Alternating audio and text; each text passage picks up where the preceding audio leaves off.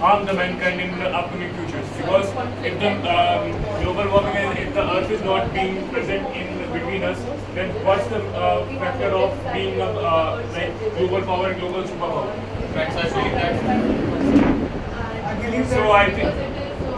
So in my opinion, we should take global warming if we protect our Mother Earth, if we protect our forest, if we protect our trees, then this is the only reason we can save our Earth and we can save our life cycle and the human mankind in the upcoming futures. And most important, if we are not stopped yet, then we may face huge circumstances in upcoming future. Friends, I believe that all the three leads equally supports with regards to the global challenges. But talking about the recent scenarios, I believe that conflict and war is one of the major factors which is leading the global challenges. Be it the Russia-Ukraine war, be it the Israel-Palestine war, we see that how the GDP of the world, of our Indian country and also the globally export and import has also affected. Not only this, but also humankind is also affected very much with regard to the conflicts and war. We see that export of the oil and other export and import trades have affected, which have uprising the price not only globally but also with respect to our country India.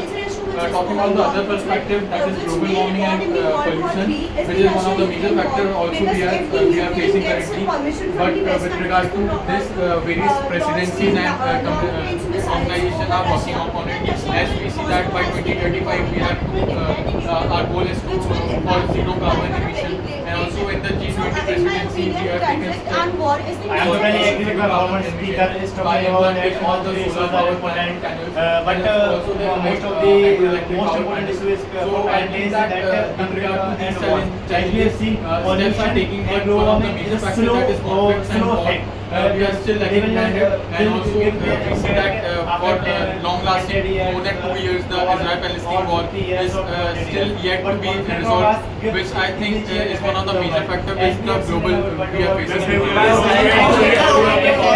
I agree with our former speaker. I would like to add on that conflict and war are the major reason due to which there has been distress in worldwide. For example, everybody is trying to reduce the wars and conflicts, but it keeps on rising every day. As everybody for example, Russia and Ukraine steps are being taken to resolve it. But they are not being resolved. Due to which there has been a lot of damage to the property, a lot of damage to the military as well as to the countries as well. It is also affecting the topic and problems in the worldwide as the trade has been disturbed. Many countries have been dependent on these countries on their economies have also been disturbed. And due to it there has been when we talk about wars and conflicts, there is not much we can do. We are witnessing the Russia and Ukraine war, and from past 1 year we are witnessing that the war is not going to be settled so easily. The war is still going on, and the war is not just affecting Russia and Ukraine, it is also affecting the trade between Europe and Russia. It is having a major threat in our all the trades we have seen because of the Russia and the Ukraine. All the world has facing the problem. We have seen that the crude oil has increased their rates, and we have all the sunflower oil has also increased the rates. So we are seeing that the effect of the war is majorly happening in India, in the world also. We talk about the Israel and the Iran war also started recently, and from there also we are seeing that we used to acquire the semiconductor from their side, and which is affecting the whole world also. I am totally agree with my former speaker, as war is currently the hot topic. In today's world we see that currently war is the major topic which is creating detention in whole world.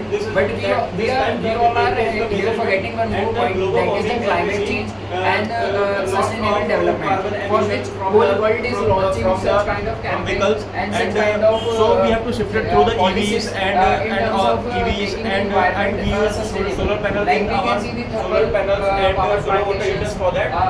And in other perspective of the wars and crisis, so yes, I do believe with the former speakers I think personally, according to me, I think that there is not one aspect which can be attributed to the destruction of the world. I think that all the three aspects play equally important role in the destruction. For example, if we consider the first aspect being pollution, the human activities which lead to pollution are we all are aware that they can destroy the world, and they have a major impact if we see to the future and sustainable development. Next, if we consider about the global warming.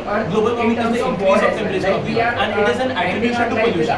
So two of the topics can be covered in one go. We can see that due to pollution, global warming is an attribute. So global warming, through global warming, the temperature